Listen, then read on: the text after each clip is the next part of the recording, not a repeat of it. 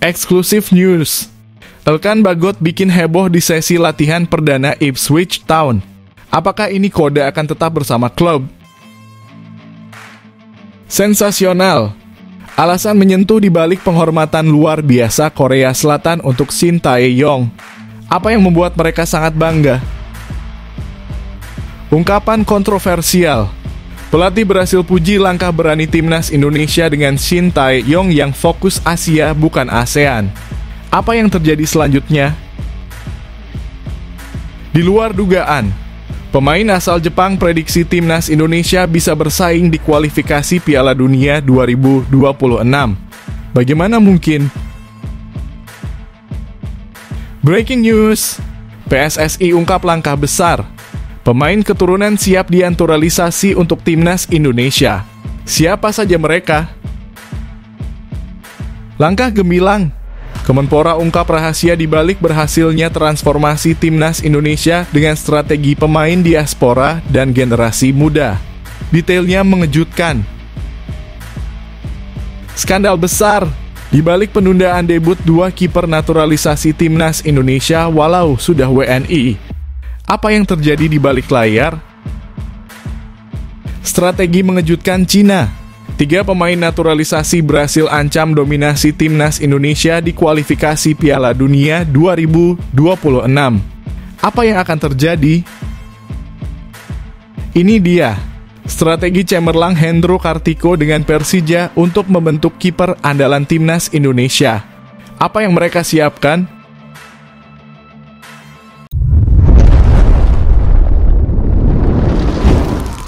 Sebelumnya mohon subscribe channel ini dulu supaya nggak ketinggalan berita terupdate timnas Indonesia. Eksklusif News. Elkan Bagot bikin heboh di sesi latihan perdana Ipswich Town. Apakah ini kode akan tetap bersama klub? Elkan Bagot, pemain belakang dari timnas Indonesia, terlihat mengikuti latihan pertamanya bersama Ipswich Town. Klub ini baru saja naik ke Premier League untuk musim depan. Elkan Bagot yang merupakan produk dari Akademi Ipswich Town tampak dalam foto-foto resmi klub saat latihan untuk persiapan musim baru. Kehadiran Elkan Bagot dikonfirmasi melalui foto-foto di situs resmi Ipswich Town, termasuk foto di mana ia melakukan pemanasan dan berjabat tangan dengan pelatih Kieran Kenna. Sebelumnya, namanya juga terdaftar dalam skuad Ipswich Town untuk Premier League musim depan, seperti yang tercantum di situs resmi Premier League. Meskipun begitu, masa depan Elkan Bagot masih belum pasti setelah hanya mendapat sedikit kesempatan bermain di musim lalu, terutama di Carabao Cup. Dia juga sempat dipinjamkan ke Bristol Rovers pada paruh musim kedua untuk mendapatkan lebih banyak waktu bermain. Saat ini Elkan Bagot berharap bisa bersaing untuk mendapatkan tempat utama di skuad Ipswich Town. Selain Elkan Bagot, ada juga nama lain dari pemain Indonesia yang pernah terdaftar di Premier League, seperti Justin Hubner yang saat ini bermain untuk Cerezo Osaka di Liga Jepang, setelah didaftarkan dalam skuad Wolverhampton Wanderers. Elkan Bagot bisa menjadi pemain Indonesia pertama yang tampil secara reguler di Premier League jika diberi kesempatan yang cukup.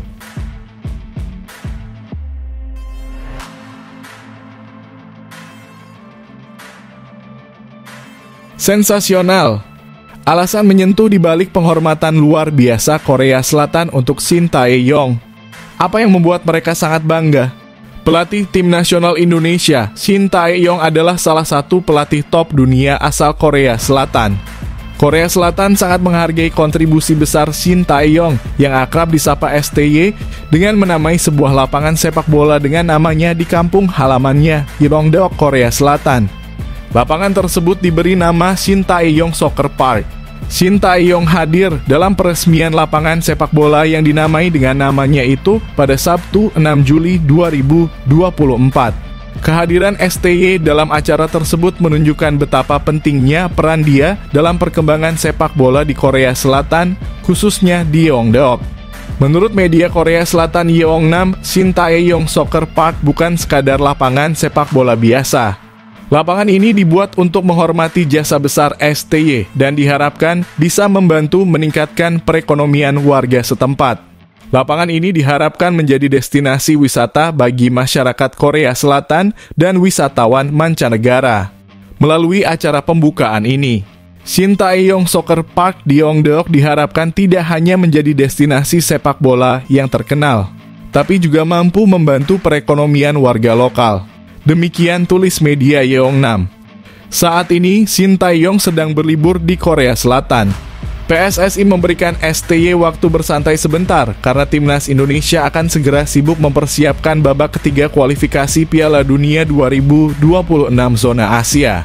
Timnas Indonesia tergabung di grup C bersama tim kuat seperti Jepang, Australia, Arab Saudi, Cina, dan Bahrain.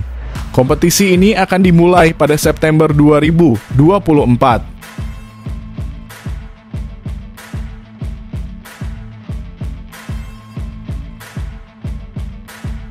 Ungkapan kontroversial. Pelatih berhasil puji langkah berani timnas Indonesia dengan Shin Tae-yong yang fokus Asia bukan ASEAN. Apa yang terjadi selanjutnya? Pelatih asal Brasil Jadson F. Thiago secara terbuka mengatakan bahwa level Asia Tenggara seharusnya sudah tidak dianggap penting lagi bagi timnas Indonesia. Timnas Indonesia kini berkembang pesat di bawah kepemimpinan Shin Tae-yong. Buktinya, skuad Garuda berhasil lolos ke putaran ketiga kualifikasi Piala Dunia 2026. Bahkan, Indonesia menjadi satu-satunya negara Asia Tenggara yang berhasil melaju ke tahap tersebut. Akibatnya, banyak yang menganggap timnas Indonesia sebagai Raja ASEAN. Meski begitu, Jadson F. Thiago tidak setuju dengan anggapan tersebut dan merasa bahwa hal itu perlu diuji lebih lanjut. Menurut saya, sebenarnya kita belum menguji hal tersebut, ujar Jadson F. Thiago dalam wawancara di YouTube Helmi Yahya. Namun demikian, level ASEAN sebenarnya tidak perlu dibahas lagi. Saat ini, timnas Indonesia sudah mencapai level yang lebih tinggi, yakni di kawasan Asia. Menurut Jadson, perbincangan tentang siapa yang terkuat di Asia Tenggara sudah tidak relevan lagi, karena tim Merah Putih harus bersaing dengan negara-negara kuat seperti Jepang, Australia, dan Arab Saudi. Saya selalu mengatakan bahwa kita tidak perlu membahas Asia Tenggara lagi, karena STY mampu membawa Indonesia ke level yang lebih tinggi lagi, jelas Jadson. Bisa dikatakan kita bukan yang terbaik di ASEAN, tetapi itu sudah tidak penting lagi. Karena visi STY adalah untuk mencapai level yang lebih tinggi lagi. Saya menilai bahwa kekuatan kita sekarang layak diuji di level yang lebih tinggi lagi di Asia, tutup Jadson.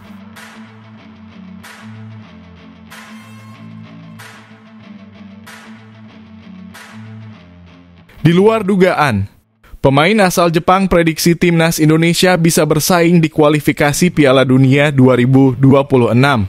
Bagaimana mungkin? Taisei Marukawa merasa dilema. Winger Dewa United ini mencoba memberikan prediksi ketika timnas Indonesia berhadapan dengan timnas Jepang di kualifikasi Piala Dunia 2026 zona Asia. Taisei Marukawa berasal dari Jepang, tetapi pemain berusia 27 tahun ini sudah bermain di Liga Indonesia sejak 2021. Jepang dan timnas Indonesia tergabung dalam grup C putaran ketiga kualifikasi Piala Dunia 2026 bersama Australia, Arab Saudi, Bahrain, dan Cina. Timnas Indonesia akan menjadi tuan rumah melawan Jepang pada match day kelima grup C kualifikasi Piala Dunia 2026 pada 14 November 2024. Sedangkan Jepang akan menjamu timnas Indonesia pada pertandingan terakhir grup C kualifikasi Piala Dunia 2026 pada 10 Juni 2025. Saya akan senang melihat pertandingan timnas Indonesia melawan Jepang nanti, ujar Taisei Marukawa dalam wawancara di YouTube Dewa United. Saya berharap skor berakhir imbang, tutur mantan pemain Persebaya, Surabaya, dan PSIS Semarang itu sambil tertawa. Dalam pertemuan terakhir mereka, Jepang mengalahkan timnas Indonesia di penyisihan grup Piala Asia 2023 di Qatar pada 24 Januari 2024. Namun skuad timnas Indonesia saat ini jauh lebih baik dibandingkan awal tahun berkat beberapa pemain keturunan yang berkarir di Eropa seperti Jay Enzes, Calvin Verdonk, dan Ragnar Oratmangoen. Ya, saya akan menonton. Saya berharap bisa datang ke stadion untuk melihat pertandingan timnas Indonesia kontra Jepang, tambah Taisei Marukawa. Saya rasa perkembangan sepak bola Indonesia sangat pesat terutama tahun ini.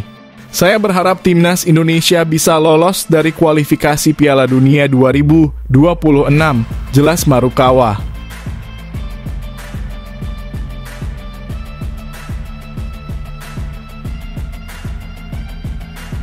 Breaking news, PSSI ungkap langkah besar.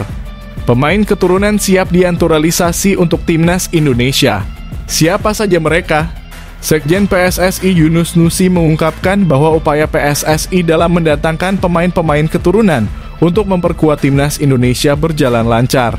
Meski begitu, Yunus Nusi belum bisa mengungkapkan detail proses yang sedang berlangsung. Kabarnya ada lebih dari satu pemain yang sedang didekati. Salah satu pemain yang dipastikan didekati PSSI adalah Ole Romani, seorang striker berdarah Belanda Indonesia yang saat ini bermain untuk FC Utrecht.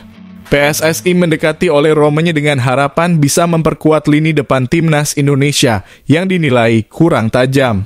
Pelatih timnas Indonesia Shin Tae-yong melakukan evaluasi setelah penampilan timnas di grup F putaran kedua kualifikasi Piala Dunia 2026 zona Asia.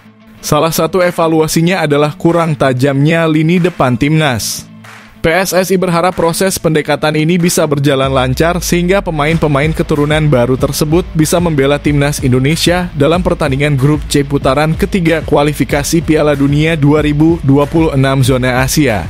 Semua masih dalam proses dan berjalan lancar, kata Yunus Nusi.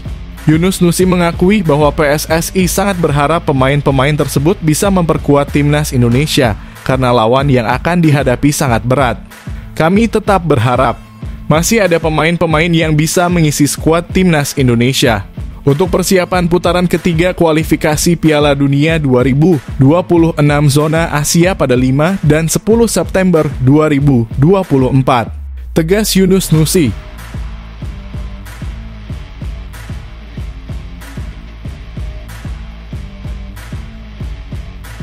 Langkah gemilang, Kemenpora ungkap rahasia dibalik berhasilnya transformasi timnas Indonesia dengan strategi pemain diaspora dan generasi muda. Detailnya mengejutkan. Tenaga ahli Menteri Kemenpora untuk urusan diaspora dan kepemudaan, Hamdan Hamadan, mengungkapkan bahwa pemanfaatan pemain diaspora dan pembinaan usia muda bisa berjalan beriringan di timnas Indonesia. Sebagaimana diketahui, ada pro dan kontra terkait keberadaan pemain keturunan di skuad timnas Indonesia. Pihak yang kontra berpendapat bahwa pemain keturunan bisa menghambat pembinaan usia muda di dalam negeri. Sementara itu, pihak yang mendukung menilai bahwa pemain keturunan dapat meningkatkan kualitas timnas Indonesia. Selain itu, pemain keturunan yang telah menjadi warga negara Indonesia secara sah berhak membela timnas Indonesia. Perdebatan ini beberapa kali mencuat di media sosial. Menanggapi pro kontra tersebut, Hamdan menjelaskan bahwa pembinaan usia muda tetap bisa berjalan meski ada pemain keturunan. Menurutnya, pembinaan usia muda di dalam negeri sangat penting dan harus terus dilakukan. Hal ini sering ditegaskan oleh Menpora Dito Aryo Tejo. Menpora berkali-kali mengatakan bahwa pembinaan adalah kunci. Jadi tentu kita ingin menciptakan talenta-talenta terbaik di negeri ini, di mana 69% penduduknya mencintai sepak bola, kata Hamdan kepada awak media di Hotel Monopoli. Kita tidak bisa mengabaikan fakta bahwa pemain sepak bola harus ditumbuhkan dari dalam melalui pembinaan. Nah, ini adalah bagian penting dari pembinaan tersebut, ujar Hamdan. Seperti yang pernah disampaikan, pembinaan dan pemanfaatan atlet diaspora bisa dilakukan secara sinergis, bukan sebuah dikotomi, pungkas Hamdan.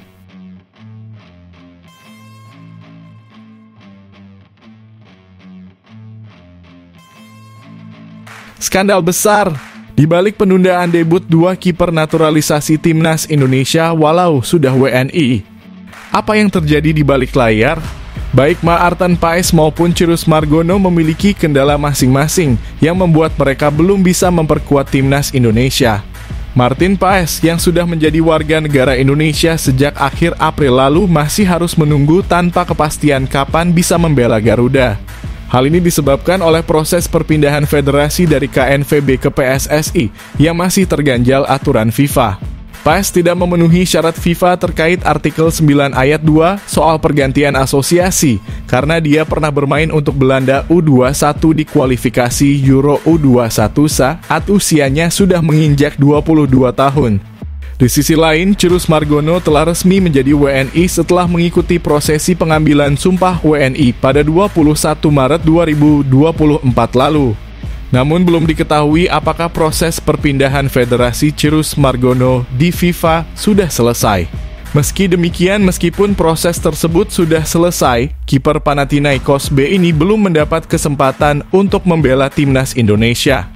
Berbeda dengan Martin Paes, masalah yang dihadapi Cirus adalah terkait preferensi pelatih Shin Tae-yong. Pelatih asal Korea Selatan tersebut tampaknya belum tertarik untuk memanggil Cirus.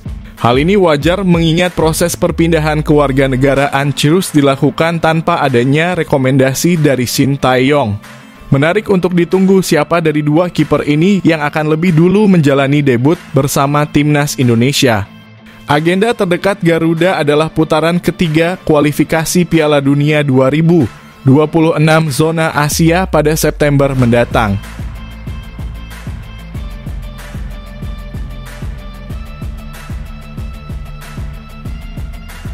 Strategi mengejutkan Cina. 3 pemain naturalisasi Brasil ancam dominasi timnas Indonesia di kualifikasi Piala Dunia 2026. Apa yang akan terjadi?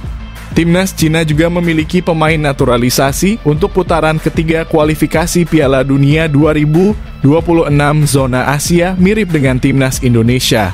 Siapa saja mereka?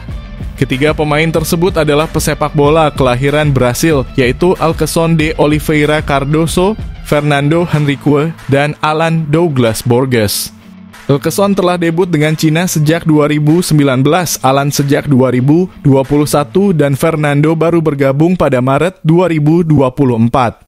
Cina tergabung dalam grup C putaran ketiga kualifikasi Piala Dunia 2026 bersama Jepang, Australia, Arab Saudi, Bahrain, dan Indonesia.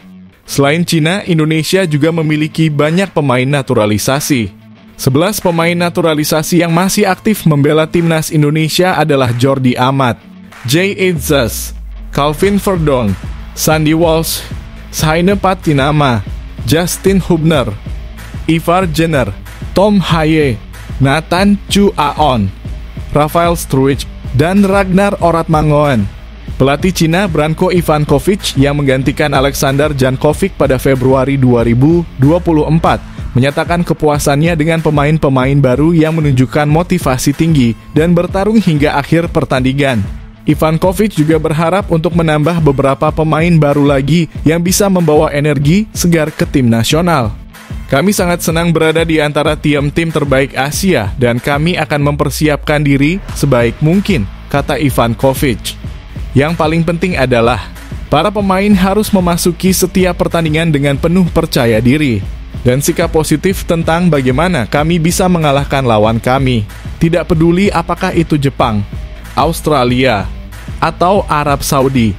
Akan sangat sulit tetapi kami datang ke sini untuk bermain di pertandingan kualifikasi. Kami ingin melakukan sesuatu. Kami memiliki kualitas untuk bersaing dengan tim manapun di grup kami, jelas Ivankovic.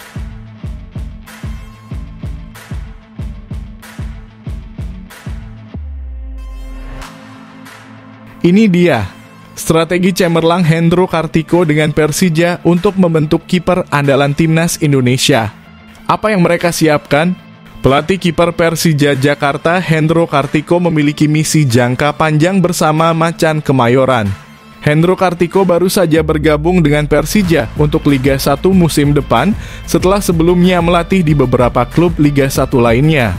Sebagai legenda Persija, Hendro memutuskan kembali ke klub yang telah membesarkannya, di mana ia pernah bermain pada musim 2005, 2008, dan 2010. Saat kembali bergabung dengan Persija, Hendro memiliki tekad besar untuk membantu klub melahirkan pemain-pemain berkualitas. Ia fokus pada pengembangan kiper-kiper muda di Persija, seperti Cahya Supriyadi dan Adre Arido Giovanni. Khusus untuk Cahya Supriyadi, Hendro berupaya meningkatkan kualitasnya agar setara dengan kiper utama Persija, Andritani Ardiasa. Hendro Kartiko juga memiliki misi untuk memperbaiki kekurangan kiper Persija agar bisa menarik perhatian tim pelatih timnas Indonesia. Persija belakangan ini jarang mengirimkan penjaga gawangnya ke timnas, sehingga Hendro ingin mengubah itu dengan membenahi kekurangan para pemainnya. Namun Hendro menekankan bahwa fokus utama saat ini adalah membuat para pemain tetap fokus pada tim. Ia percaya bahwa jika pemain tampil bagus di klub, maka tim pelatih timnas tidak akan mengabaikannya. Hendro ingin para pemain fokus pada penampilan konsisten di klub yang secara otomatis akan membuka peluang mereka dipanggil ke tim nasional. Pastinya suatu kebanggaan untuk pelatih jika pemainnya dipanggil tim nasional, ujar Hendro Kartiko seperti dikutip dari laman resmi klub. Untuk ke arah itu semua butuh proses. Kalau di klub bagus, secara otomatis akan menjadi kandidat ke timnas. Jadi fokus dulu di klub, kalau di klub bagus otomatis akan di tim nasional. Hendro memiliki misi jangka panjang untuk Persija, yakni membantu pemain-pemain Indonesia masuk ke skuad Garuda. Ia ingin kiper Indonesia menjadi andalan di tim merah putih. Untuk mewujudkan itu, Hendro menekankan pentingnya fokus dan perbaikan diri bagi para pemainnya.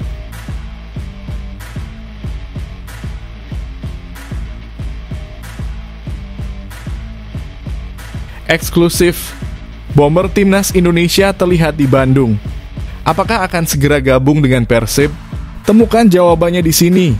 Persib Bandung mulai aktif di bursa transfer pramusim Liga 1. Setelah melepas Alberto Rodriguez, Persib mendatangkan bek asal Kroasia Mateo Kocijan. Manajemen Persib juga berencana mempertahankan gelandang asal Spanyol Tyrone Del Pino yang kontraknya habis pada akhir Juni 2024. Tyrone dipinjamkan ke Ratchaburi FC sepanjang musim lalu dan kini Persib berniat memperpanjang kontraknya setelah penampilannya yang apik di Liga Thailand.